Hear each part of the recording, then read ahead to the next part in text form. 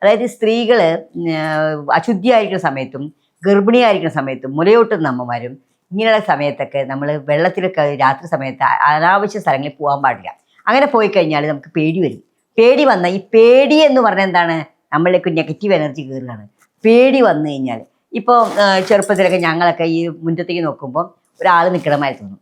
അപ്പോൾ എൻ്റെ അച്ഛൻ എന്ത് ചെയ്യും, അവിടെ കൊണ്ട് കാണിക്കും. ചിലപ്പോൾ വാഴയുടെ കൊമ്പൊക്കെ ആയിരിക്കും, വാഴയുടെ ഇലയൊക്കെ ഉണങ്ങിക്കായിരിക്കും. അപ്പോൾ അതെന്താണ് സത്യം നമ്മൾ കണ്ടുപിടിച്ചാൽ നമുക്ക് ആ പ്രശ്നമില്ല.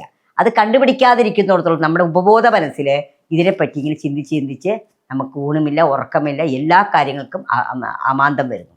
അപ്പം അങ്ങനെ വന്നു കഴിഞ്ഞാൽ നമ്മൾ എന്ത് ചെയ്യണം, ആ പ്രേതത്തിന് നമുക്ക് തേങ്ങയിൽ ആവാഹിച്ച് കളയാം.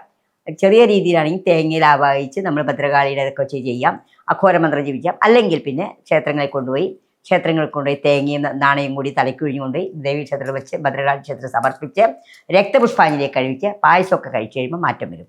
എന്നിട്ട് മാറിയില്ലെങ്കിൽ വലിയ ഹോമങ്ങളും കാര്യങ്ങളൊക്കെ ചെയ്ത് ആവാഹിച്ച് ഉച്ചാരണം ചെയ്യേണ്ടി വരും. അപ്പോൾ ഇത് ചെറിയ ചെറിയ കാര്യങ്ങളൊക്കെയാണ് നമുക്ക് ചെറിയ രീതിയിൽ മാറ്റാൻ പറ്റുന്നതാണ്, വലിയ കാര്യത്തിലേക്ക് പോകേണ്ട കാര്യങ്ങൾ.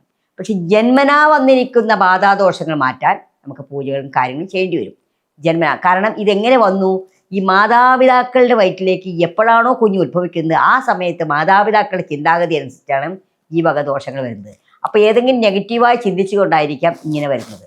അപ്പം അങ്ങനെ വന്നു കഴിയുമ്പോൾ ഇപ്പോൾ നമ്മൾ പറയുന്നത് ഈ ശിഖണ്ഡി ഇതൊക്കെ ജനിക്കണമെന്ന് പറയും. അപ്പോൾ ഇതൊക്കെ ജനിക്കുന്നത് നമ്മുടെ മനസ്സിൻ്റെ ചിന്തകളാണ്. ഇപ്പോൾ നമുക്ക് ആ മനസ്സെപ്പോഴും നമ്മൾ ശാന്തിമുഹൂർത്തം നമ്മളെപ്പോഴും മനസ്സിനെ പക്വതപ്പെടുത്തിയിട്ട് മാത്രമേ കുഞ്ഞുങ്ങൾ ഉണ്ടാകൂ.